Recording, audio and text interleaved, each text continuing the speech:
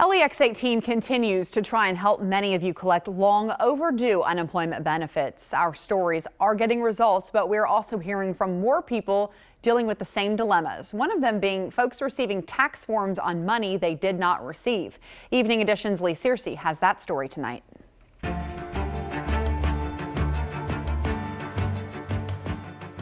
I seen the paper and I was like, hold on a second, I got that exact same paper. Gary Smallwood is referring to our story with Brandon Kidwell last week, who says he got a 1099 form in the mail stating he was being taxed on unemployment benefits he never received. I'm trying to deal with this before my taxes are due, and I know I'm not going to get a hold of nobody. Smallwood can relate. I've called all the numbers. I've never received a call back. So it's not like you're getting to talk to anybody. You're the first person I've actually get to talk to, and you don't even work for them. Investigators at the Attorney General's office saw Kidwell's story and are now looking into the case. We're told he's not alone.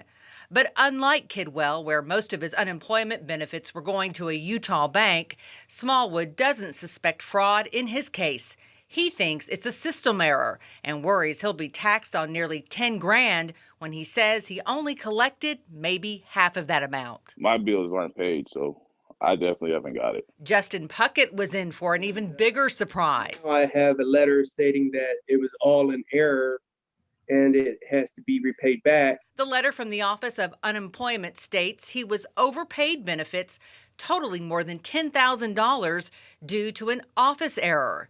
Puckett says he filed for benefits last summer after being fired.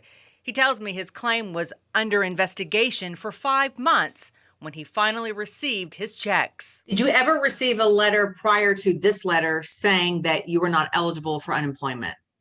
No, never.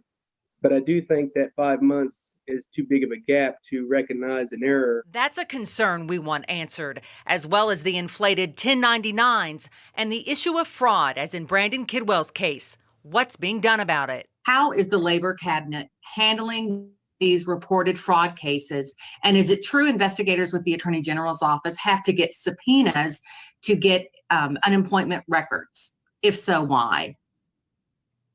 Well, that second piece would be news to me. I certainly haven't seen a request from the Attorney General's office. Now, there is a lot of privacy information within everybody's claim that there are certain laws that govern too. Once again, the governor pointed people to another state email where people can report problems.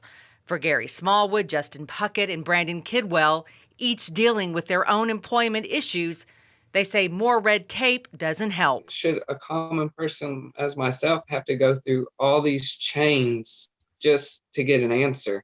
Isn't that way too much to have to go through just to say, hey, can you look at this? Lee Searcy, Evening Edition.